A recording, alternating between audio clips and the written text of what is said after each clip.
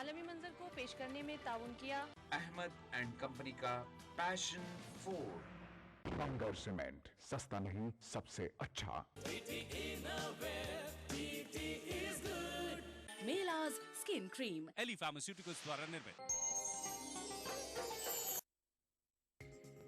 ETV Urdu पर अगला programme.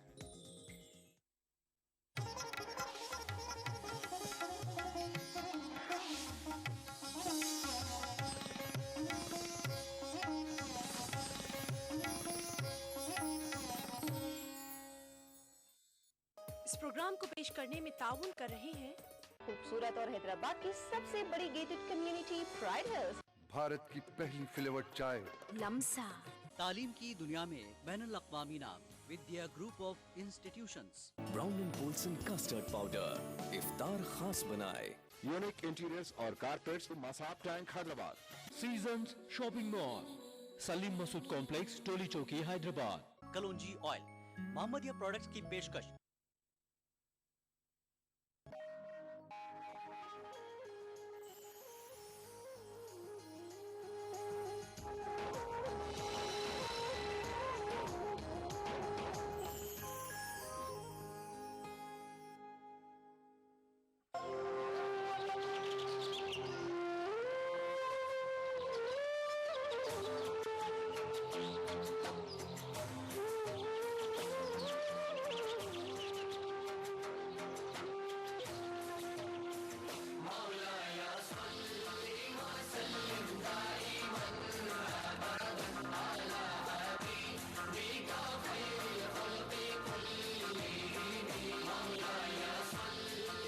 कौन एक, मजहब एक, सजदा एक हस्ती को, माना खुदा की आखिरी नबी को।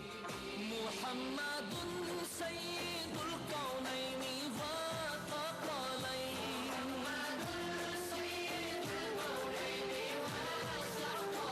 मुहम्मदुन सय्यिदुल कौनैनि। एक ही सफ में खड़े हो गए महमूद व अयाज, न कोई बंदा रहा न कोई बंदा नवाज।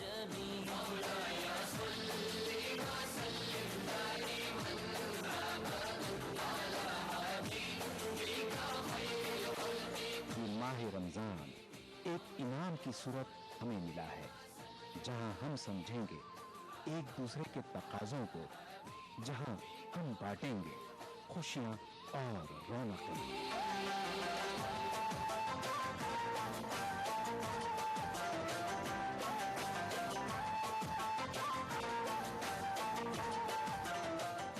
तो आइए आज आपको लिए चलते हैं शहर दिल्ली में। आदाब दोस्तों, मैं रियाज मलिक गुज़िश्ता साल की तरह आप सभी का फिर से खैर मकदम करता हूँ हमारी ख़ास पेशकश रमज़ान की रौनके में। और नाजरीन, आज हम मौजूद हैं शहर दिल्ली में। इस वक्त दिल्ली शहर की कुल आबादी तकरीबन 1,50,00,000 से ज़्यादा है और इस आबादी में मुस्लिम आबादी का तनासुब तकरीबन 40% का है। तो आइए दोस्तों, करते हैं आगाज़ अपने आज के इस प्रोग्राम का और आपको लेकर चलते हैं अपने प्रोग्राम के पहले हिस्से में। रहमत के खुले दरवाजे, रमज़ान आ गया, रहमत के खुले दरवाजे। दिल में जो है दुआएं, दुआ मांग लो, तुम इबादत का अपनी सिला मांग लो। ये महीना तो बस अता करने का है, उसके दरबार में दुआ करने का है। और जब रमज़ान का महीना आता है तो जन्नत के दरवाज़े खोल दिए जाते हैं, रहमतों की बारिश बरसती है, बरकतों का नुज़ूल होता है और अल्लाह ताला अपने फ़ज़ल को पूरे जहां में फैला देते हैं।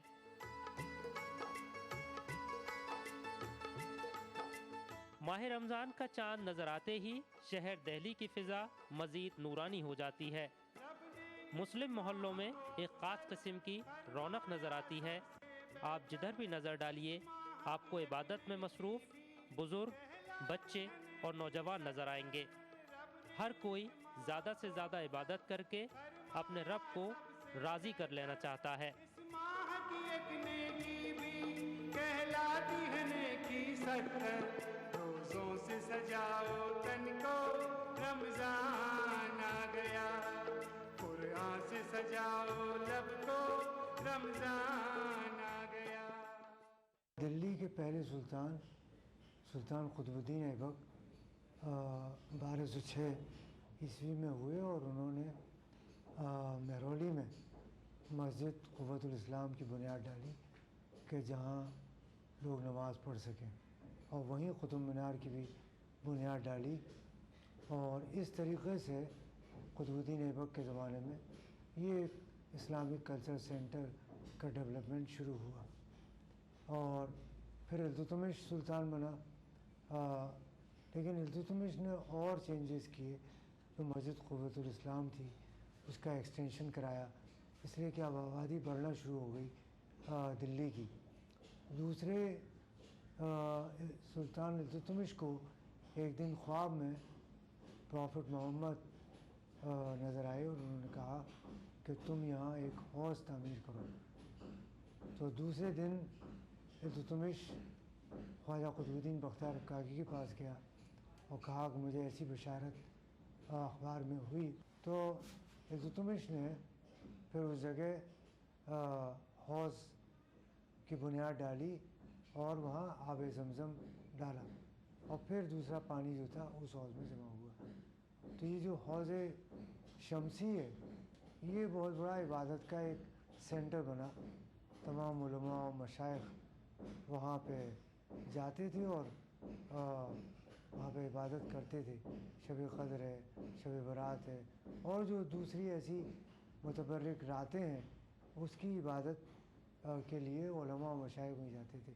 और इसी वजह से शेख अब्दुल हक मुहद्दिस देहलवी जो सबसे बड़े मुहद्दिस गुज़रे हैं, उनका मकबरा भी इस हौज़ शमसी के किनारे ही। कुछ दूसरे सूफिया हैं उनका भी मकबरा इसके किनारे ही है। फिर इल्तुतमिश ने क़ुव्वतुल इस्लाम के अक़ब में मदरसे नासिरिया की बुनियाद डाली, एक मदरसा शुरू किया जिसमें इस्लामी उलूम मनक़ूलात और माक़ूलात की तालीम दी जाती थी। बहादुर शाह के अहद तक दिल्ली की एक सक़ाफ़ती ज़िंदगी थी जिसमें इस्लाम का बड़ा अहम रोल था। शाहजहाँ ने भी इस्लाम को की अज़मत को समझा और आज भी अगर आप देखें शाहजहानाबाद में तो जो जामा मस्जिद है उसको शाहजहाँ ने हाईएस्ट पॉइंट दिया। किला बहुत नशीब में, तो जिससे ज़ाहिर होता है कि शाहजहाँ के यहाँ इस्लाम की अज़मत का ख़याल था और इसीलिए वरना दूसरा बादशाह होता तो वहाँ पे उतना महल तामीर करता और जामा मस्जिद कहीं नीचे वाले इलाके में होती। हिंदुस्तान के दूसरे शहरों की तरह शहर दिल्ली में भी माह रमज़ान की रौनकें अपने पूरे आबोताब के साथ नज़र आती हैं। इस माह मुबारक के चलते लोगों के मामूलात बदल जाते हैं, सौमो सलात की पाबंदी की जाती है और लग़वियात से बचने की तलक़ीन एक दूसरे को की जाती है। एक आयत से मैं स्टार्ट करूँगी अपनी बात। या अय्युहल्लज़ीना आमनू कुतिबा अलैकुमुस्सियामु कमा कुतिबा अलल्लज़ीना मिन क़ब्लिकुम लअल्लकुम तत्तक़ून। ये सूरह बक़रा की 183 आयत है। इसमें जैसे कि हमें पता चलता है कि अल्लाह ताला ने रमज़ान का महीना पहले भी लोगों के लिए लिख रखा था, उसी तरह हमारे लिए भी है ताकि लोगों के अंदर तक़वा पैदा हो। रमज़ान में हमारा ये मामूल हो जाता है कि अल्लाह ताला हमें हलाल चीज़ों से भी मना कर देते हैं। कुछ लम्हे के लिए हम खाना और पानी भी छोड़ देते हैं। तो ये इस बात की तरबियत है कि जब हम रमज़ान में हलाल चीज़ों को छोड़ देते हैं तो रमज़ान के बाद हमें इसी तरह हराम चीज़ों को छोड़ देना चाहिए। ये हमारे लिए एक ट्रेनिंग पीरियड होता है। इस महीने में हम बहुत ज़्यादा कंसंट्रेशन हर चीज़ को छोड़ देते हैं, यहाँ तक कि हम लॉफुल चीज़ फूड और वाटर को भी छोड़ देते हैं। तो इस महीने में हमारा कंसंट्रेशन बहुत ज़्यादा बढ़ा हुआ होता है, हमारा फोकस बहुत बड़ा हुआ होता है। तो जो हमारा कंसंट्रेशन और फोकस बहुत बड़ा हुआ होता है तो हम बहुत ही अच्छे तरीके से खुदा को याद कर सकते हैं, अपने आप को डेवलप कर सकते हैं सारे डिस्ट्रैक्शन से बचा के। वरना बाकी टाइम पे हम डिस्ट्रैक्शन में फंसे रहते हैं, हमारा माइंड इधर उधर ऑक्यूपाइड रहता है, तो हम इतने अच्छे तरीके से खुदा को याद नहीं कर पाते हैं, अपने आप को डेवलप नहीं कर पाते हैं। तो आई थिंक इस मंथ में we are given a very good opportunity, हमें एक बहुत बड़ा मौका दिया गया है कि हम अपने आप को प्रिपेयर करें बहुत ही अच्छी तरह से। बहुत ज़्यादा हम रमज़ान में इतने अटैच हो जाते हैं, हर चीज़ से इतने पाबंदी हो जाते हैं, वो ज़िंदगी इतनी अच्छी लगती है कि सारी दुनिया से बेखबर होके हर चीज़ से अलग, माहौल ही अलग हो जाता है। रमज़ान का माहौल ही बिल्कुल अलग होता है, हर चीज़ की पाबंदी, टाइम की पाबंदी, और दुनिया की सब चीज़ों से थोड़ा अलग हो जाते हैं। और उसके बाद जब रमज़ान शरीफ ख़त्म हो जाते हैं तो बहुत ऐसा लगता है कि बहुत पता नहीं, कुछ चीज़ बहुत हमारी प्यारी चीज़ हमारे से अलग हो गई है और हम टाइम के बे टाइम हो जाते हैं, कोई टाइम की पाबंदी नहीं कर पाते हैं। और रमज़ान में तो इतने टाइम की पाबंदी होती है, हर टाइम पे नमाज़ पढ़नी, हर टाइम पे खाना, टाइम पे सोना, टाइम पे उठना। और रमज़ान के बाद तो फिर वही रोज़ाना की मामूल की ज़िंदगी शुरू हो जाती है। नमाज़ तो हम जब भी पढ़ते ही हैं, लेकिन जो पाबंदी होती है, जो एक बहुत ज़्यादा इबादत होती है, उसमें थोड़ा सा तो चेंज आ ही जाता है, फिर दुनियादारी में लग जाते हैं। तालीमी इदारों के अलावा फैक्ट्री और कारखानों में काम करने वाले लोगों के काम करने के औकात में तब्दीली कर दी जाती है। रमज़ान के दिनों के बीच में जो काम होता है, उस समय फिर एक शेड्यूल नया बना लिया जाता है। खासकर मैं ये कोशिश करता हूँ कि जितनी जल्दी सुबह आके यहाँ पे काम शुरू हो जाए और फिर शाम को, ताकि इफ्तार का वक्त टाइम से हमें इफ्तार मिल जाए। अगर किसी तरीके से हेक्टिक शेड्यूल रहता है तो हम लोग इफ्तार इकट्ठा करने का प्लान बना के इफ्तार यहीं पे करते हैं। थोड़ा सा चेंजेस आता है, बाकी रेगुलर रूटीन हमारा यही होता है कि हम जो रूटीन चला रहे होते हैं उसी तरीके से रूटीन पे काम होता है। हाँ, जब रमज़ान का महीना आता है हमारा, उसके जो प्रोडक्शन के रिगार्डिंग जो हमारा शेड्यूल होता है, वो बीच में नमाज के लिए, इफ्तार के लिए, उन सब का टाइम सेटलमेंट के हिसाब से हम प्रोडक्शन का शेड्यूल बनाते हैं अपना। सपोज जैसे नाइट वाइट कभी लगती है तो उसके मतलब तरावी होता है, तरावी के रिगार्डिंग भी और शहरी का ध्यान रखते हुए भी उस हिसाब से काम का शेड्यूल बना करके हम लोग काम करते हैं। जहाँ तक इस्लाम एक ऐसा दीन है कि उसने किसी तरह का फ़र्क ना करने का पैगाम दिया है, तो ऐसा कोई हिंदू मुसलमान वाली बात ही यहाँ पे नहीं रह जाती। इस्लाम जो है वो वहाँ पे कहता है कि आप अपने हिंदू भाई को बिठा के भी दावत दीजिए और मुसलमान को भी साथ में बिठाइए। तो ऐसा कोई फ़र्क वाली बात हम लोगों के बीच में नहीं रहती। इकट्ठा बैठकर हम लोग इफ्तार करते हैं और उनको भी मज़ा आता है कि एक हमारे साथ हमारा मालिक बैठा हुआ, हमारे को वर्कर्स बैठे हुए हैं, तो सब लोग इकट्ठा मिलकर इफ्तार करते हैं। नहीं, जब इफ्तार का टाइम यहाँ होता है तो हम लोग इफ्तार मिल करके साथ ही करते हैं सब आदमी। ऐसा कोई भेदभाव, कोई फ़र्क नहीं है कि चलो वो हिंदू है तो वो नहीं करेगा, मुसलमान है तो अलग करेगा। ऐसा कुछ नहीं है कि दस्तरखान पे सब आदमी मिलकर हम लोग इफ्तार करते हैं यहाँ। एज ए बिजनेसमैन होने के नाते मुझे ख़ास इंतज़ार रहता है कि माशाल्लाह रमज़ान आ रहा है, हमारी मतलब कि रोजी रोज़गार में बरकत होगी, लोगों से मिलना मिलाना होगा, ईद का शौक़ होगा। तो इस तरह का कोई फ़र्क वो नहीं रहता है। जहाँ पे ईद आती है तो ईद पे जैसे लोगों को बोनस मिलता है, तो एक बीइंग मुस्लिम होने के नाते जब ईद का वक्त आता है तो मैं इनको गिफ्ट्स वगैरह देता हूँ, जिसको जिस हिसाब से साहिब निसाब हूँ मैं उस हिसाब से उनको गिफ्ट्स वगैरह हम देते हैं। और उसी तरीके से उनको ये बताते हैं कि इस्लाम जो है किसी तरीके के भेदभाव नहीं करता। अगर एक मुसलमान वर्कर को गिफ्ट दिया जा रहा है तो हिंदू वर्कर को भी दिया जाता है, जिससे उसके अंदर ये हो कि हम लोग सब मिलकर इस त्यौहार को अच्छी तरह से मना सकें। मेरा नाम विनय कुमार है और हम यहाँ कई सालों से काम कर रहे हैं। हिंदू मुस्लिम सब मतलब कि मिलकर के काम करते हैं हम यहाँ, और हमारे जो मालिक हैं बहुत हमारे साथ अच्छा व्यवहार करते हैं। और दिवाली हो या ईद हो या रमज़ान हो, हमें गिफ्ट वगैरह भी दिया जाता है। हमारे साथ पूरा कोऑपरेट करते हैं हमारे मालिक। यहाँ पे जो रमज़ान होता है, चाहे दीपावली हो, कोई भी त्यौहार हो, सब मिलजुल के काम करते हैं, चाहे कोई भी स्टाफ हो। ठीक है, उसके बाद सर जो है सबके साथ हेल्प करते हैं। ठीक है, उसके बाद जो दीपावली हो, रमज़ान हो, चाहे ईद हो, किसी भी चीज़ में गिफ्ट मिलता है सबको सही तरीके से। रोज़ा एक ऐसी इबादत है जिसका ताल्लुक़ रोज़ादार की अपनी ज़ात से है। रोज़ा हर एतबार से एक ज़ाती अमल है। नाजरीन, आप देख रहे हैं हमारी ख़ास पेशकश रमज़ान की रौनकें, और आज हम मौजूद है शहर दिल्ली में। अगर आप भी हमारे इस प्रोग्राम के ज़रिए अपने दोस्तों अजीज़ों को रमज़ान की मुबारकबाद देना चाहते हैं तो इसके लिए आप हमें SMS कर सकते हैं। SMS करने के लिए टाइप कीजिए RKR, आपका पैगाम, आपका नाम और आपके शहर का नाम, और भेज दीजिए 56263579 पर। दोस्तों, अब वक्त हो चला एक ब्रेक का, आप कहीं जाइएगा नहीं, आते हैं एक छोटे से ब्रेक के बाद।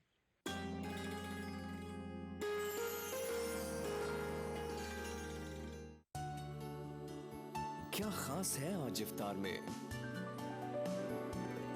Brown and Polson custard powder इफ्तार खास बनाए। कभी छोटी सी शरारत बन जाए आफत, और जिंदगी is good, TT Innerwear, TT is good। क्या खास है आज इफ्तार में? Brown and Polson custard powder इफ्तार खास बनाए। पत्थरगट्टी टोली चौकी के बाद मोहम्मद कैप मार्ट के नए शोरूम पर आपका इस्तकबाल है। नामवर फैशन डिजाइनर के तैयार करदा शेरवानी, सूट, जोधपुरी, कुर्ता पजामे, दूल्हा और बारातियों के लिए सजने संवरने की एक नई जगह हैबिट्स पर। राजस्थान सरकार का बिजली बचत और पर्यावरण संरक्षण की दिशा में अभिनव प्रयास। मुख्यमंत्री बिजली बचत लैंप योजना के तहत वर्ष 2013-14 की बजट घोषणा अनुसार 100 करोड़ की लागत से 2 CFL का 27 जून से 31 अगस्त 2013 तक 53 लाख उपभोक्ताओं को निशुल्क वितरण। कैंप में वितरण की जा रही 20 वाट की CFL 100 वाट के परंपरागत बल्ब के समान रोशनी देती है। 2 CFL प्रयोग करने से प्रत्येक उपभोक्ता को औसतन 175 यूनिट बिजली की वार्षिक बचत। CFL जो अशोक गहलोत साहब हमारे मुख्यमंत्री जी की बिना पे उन्होंने ये राहत BPL वालों को प्रदान की है। 2 CFL बहुत राहत मिलेगी। यहाँ ये CFL मिल रही है गवर्नमेंट की तरफ से, मुख्यमंत्री अशोक गहलोत ने। इससे बिजली बचत होगी, इसलिए किसान को भी फायदा है, बिजली उपभोक्ता को फायदा है, आम आदमी को फायदा है। ये सबसे बढ़िया स्कीम है। बचत बिजली की, संरक्षण पर्यावरण का। ऊर्जा विभाग राजस्थान सरकार द्वारा जनहित में प्रसारित। CT Group of Institutions, known for the best education, best results, best placements. Think of career, think of CT.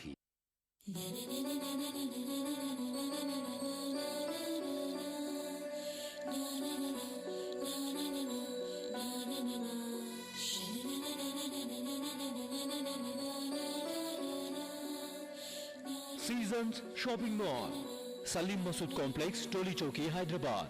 हमारा पैगाम तमाम अहले खाना के नाम रमज़ान के मुक़द्दस महीने में। माह रमज़ान अल मुबारक सुनहरी मौका है बुरी आदतों से निजात पाने का।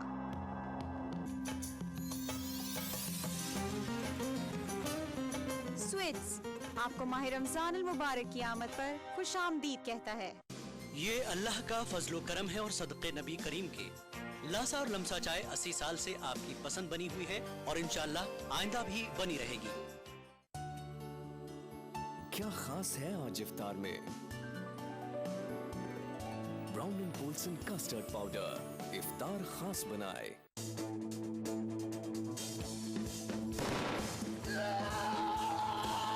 भाग मिल्खा भाग कॉन्टेस्ट। मिल्खा सिंह ने कौन से सन में मेलबर्न के ओलंपिक में पहली दौड़ दौड़ी? A 1947, B 1952, C 1956 या D 1965? भाग लेने के लिए टाइप करें BNB स्पेस 05 स्पेस ABC या D और भेज दीजिए 56263579 पर। विजेताओं को मिलेगी कपल मूवी टिकट्स और स्टार कास्ट से मिलने का मौका।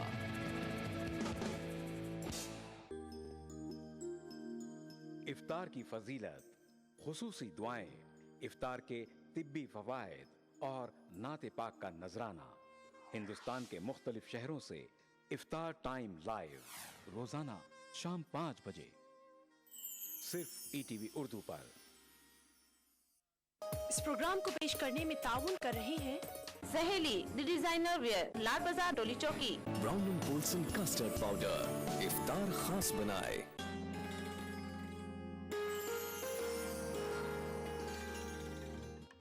असर की नमाज के बाद इफ्तार की तैयारियों का सिलसिला शुरू होता है। एक तरफ घर पर मौजूद ख़वातीन इबादत के साथ साथ घर के हर फर्द की पसंद का ख्याल रखते हुए इफ्तार के लिए एक से एक उम्दा पकवान तैयार करती हैं। वहीं मर्द हजरात बाजार से जाकर इफ्तार की दूसरी ज़रूरी अशिया ख़रीद कर लाते हैं। इफ्तार में तो जो सबसे ज़रूरी है वो है अफ्तियारी, उसके बाद मतलब फ्रूट चाट और उसके बाद पकौड़ी, बिरयानी, यही सब चीज़ होंगी। हम ज़्यादातर फ्रूट्स लेते हैं, पकौड़ियाँ बनाते हैं और कुछ होता है वो भी सब रख लेते हैं। लस्सी भी बना लेते हैं, शेक भी बना लेते हैं और नींबू की शिकंजी भी बना लेते हैं, ये सब बना लेते हैं। जी खजूर लेना आया हूँ यहाँ पे जामा मस्जिद पे, और इसमें कई किस्म के खजूर हैं। जो हमने खजूर लिए है ये 160 रुपये किलो के हिसाब से लिए, और रमज़ान के लिए 5 किलो हमने खजूर लिए अपने। और कई किस्म की यहाँ पे खजूरें हैं, आज जैसे कलमी खजूर है और इसमें रस भरी खजूर है और कई तरह की हैं। ये बताइए खजूर की अहमियत क्या है रमज़ान में? खजूर की अहमियत तो इसकी कहना ही क्या है, इस अहमियत के। ये तो ये सुन्नत है, खजूर से रोज़ा खोलना सुन्नत है और बहुत आला सवाब है खजूर के से रोज़ा खोलना। ये बताइए कि रमज़ान के दिनों में खासकर अफ्तार वगैरह में आप लोग किस तरह की चीज़ें इस्तेमाल करते हैं? ज़्यादातर सबसे पहले खजूर इस्तेमाल करते हैं, फिर उसके साथ फल लेते हैं हम, जैसे केले हुए, सेब हुए, फल हुए, ये सब सामान लेते हैं। रमज़ान के लिए हमारी दुकान पर काफ़ी किस्में हैं, कम से कम 10, 12, 15 तो होती हैं और सब अच्छी होती हैं। नई फरेश है। उन किस्मों के नाम क्या हैं? एक का नाम है अंबर, एक का नाम है कलमी और फरद है, कीमिया के नाम से है, हाँ किरोन के नाम से है। कितने रुपए से कितने रुपए तक का? कम से कम तो 55 रुपये से 60 रुपये और बाकी 2200 रुपये तक है। 22 तौर पर रमज़ान में किस खजूर की ज़्यादा बिक्री होती है? मीडियम रेंज की अच्छी बिकती है। कलमी हुई, जैसे अंबर हुई, फरद हुई, ये चीज़ ज़्यादा मांगी जाती है।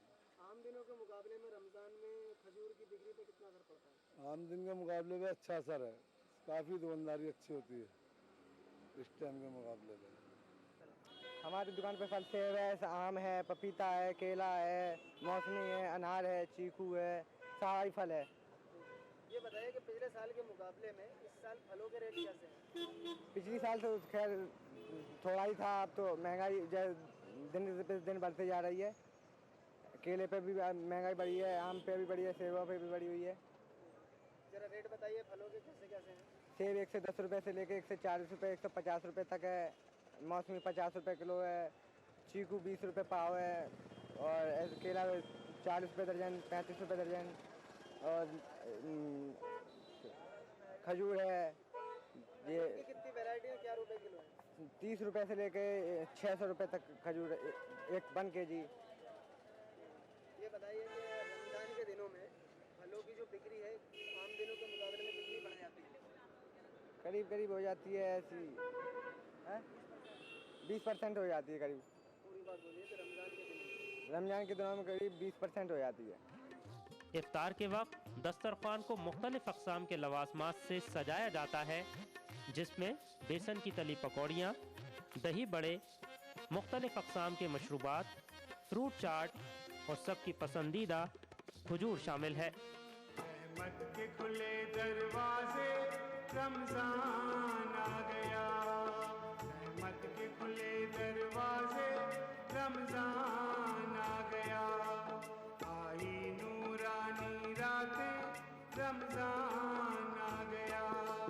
आई नूरानी रातें, रमज़ान आ गया।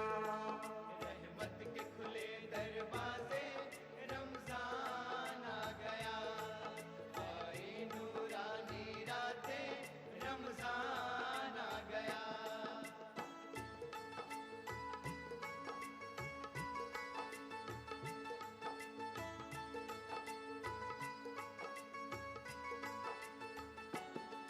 रब ने इस माह को अफजल फरमाया सबसे बेहतर। इस माह की एक नेकी भी कहलाती है नेकी 70। रब ने इस माह को अफजल फरमाया सबसे बेहतर। इस माह की एक नेकी भी कहलाती है नेकी 70। रोज़ों से सजाओ तन को, रमज़ान आ गया। रात के खाने में लोग गोश्त से बने पकवान को तरजीह देते हैं, जिसमें नहारी, पाए और बिरयानी वगैरह शामिल है।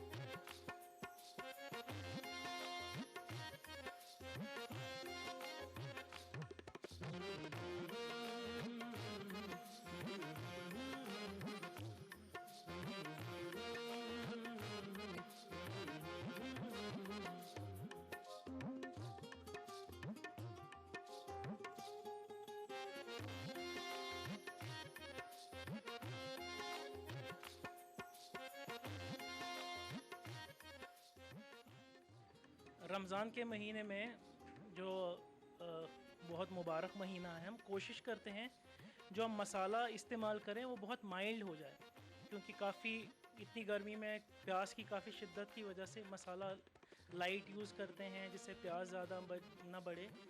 और दूसरी बात ये है कि स्पाइसेस काफ़ी कम इस्तेमाल करते हैं हम रमज़ान में। और यहाँ बाकी हमारी बिरयानी, जो हमारी दमपुख्त बिरयानी काफ़ी मशहूर है पूरे एरिया में, उसको हम और माइल्ड करते हैं रमज़ान में ताकि लोगों को ज़्यादा महसूस ना हो और ज़्यादा प्यास की शिद्दत में ना हो, और सारे स्पाइसेस कम इस्तेमाल किया जाता है। मैं ये कहना चाहूँगा इनकी बिरयानी काफ़ी लजीज़ है। मैं गुड़गांव से आता हूँ ख़ास तौर पे इनकी बिरयानी के लिए, और जैसे कि मेरे दोस्त ने फरमाया कि चिकन चंगेज़ी भी है, तो आप ये समझ सकते हैं कि जो इंसान गुड़गांव से आए तो काफ़ी लजीज़ खाना ही होगा। और इनका बिरयानी भी जैसे आपने फरमाया कि काफ़ी फ़ेमस है, काफ़ी दूर दूर से लोग आते हैं। मैं ही नहीं, मेरे काफ़ी दोस्त भी आते हैं जो दरियागंज से भी आते हैं, ओल्ड दिल्ली से भी आते हैं।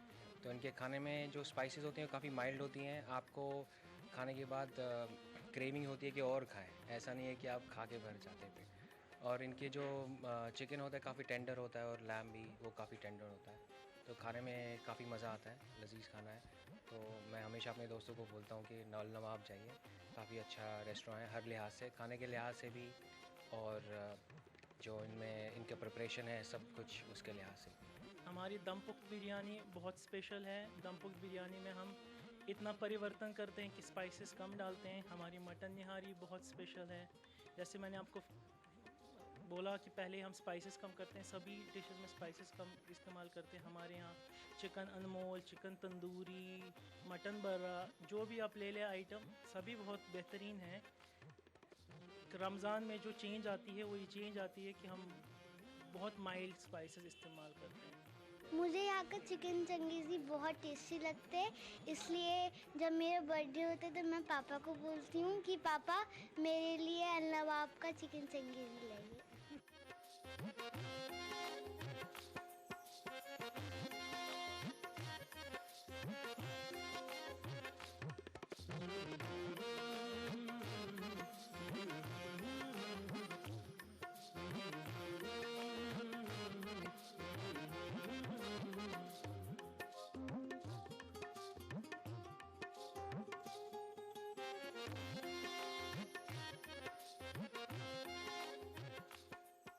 नवाब रेस्टोरेंट इस इलाके का बहुत ही उम्दा रेस्टोरेंट निकल के आया है, और खुदा का शुक्र है यहाँ कुछ आइटम्स हैं इनके यहाँ जो बहुत ही लजीज़ है।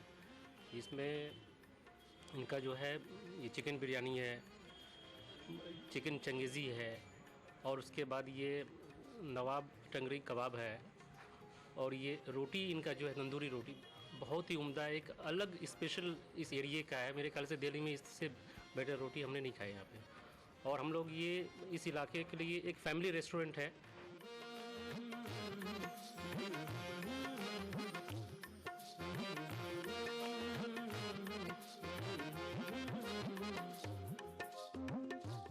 यहाँ तो मैं सुन के आया था इनफैक्ट चिकन अनमोल। हाँ, मैं और अपने फ्रेंड से भी सुना कि भाई यहाँ का जो स्पेशल डिश है वो चिकन अनमोल है।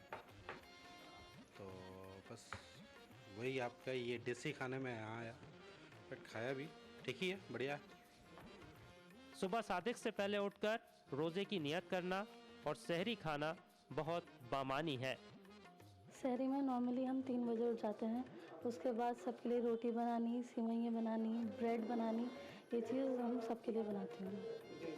जी बताइए कि और अफ्तार में और जी उठकर सबसे पहले तहज्जुद की नमाज़ अदा करते हैं हम, मेरी अम्मी, मैं, मेरी दादी, हम लोग सहरी के बाद मीठी सिवैयाँ बनाते हैं, चाय बनाते हैं और रोटी भी बनाते हैं, कभी कभी दाल के साथ, सब्ज़ी के साथ या मीट होता है उसके साथ। बस ज़्यादातर सिवैयाँ किस तरह की बनाते हैं? हम लोग मीठी सिवैयाँ बनाते हैं दूध के अंदर, जैसे ईद पर बनती हैं इसी टाइप के बनते हैं। ये बताइए कि बिजी शेड्यूल में क्योंकि जिम्मेदारी ज़्यादा होती है घर की, जी, तो इबादत के लिए वक्त कैसे निकालते हैं, किस तरह से इबादत करते हैं? हम लोग इबादत का टाइम सहरी के बाद निकालते हैं ज़्यादातर। सुबह फजर की नमाज़ के बाद कुरान शरीफ पढ़ते हैं, नफिल पढ़ते हैं, और फिर असर के अज़ान के बाद, ज़ोहर के अज़ान पे जब उठते हैं उसके बाद, फिर असर के बाद अपना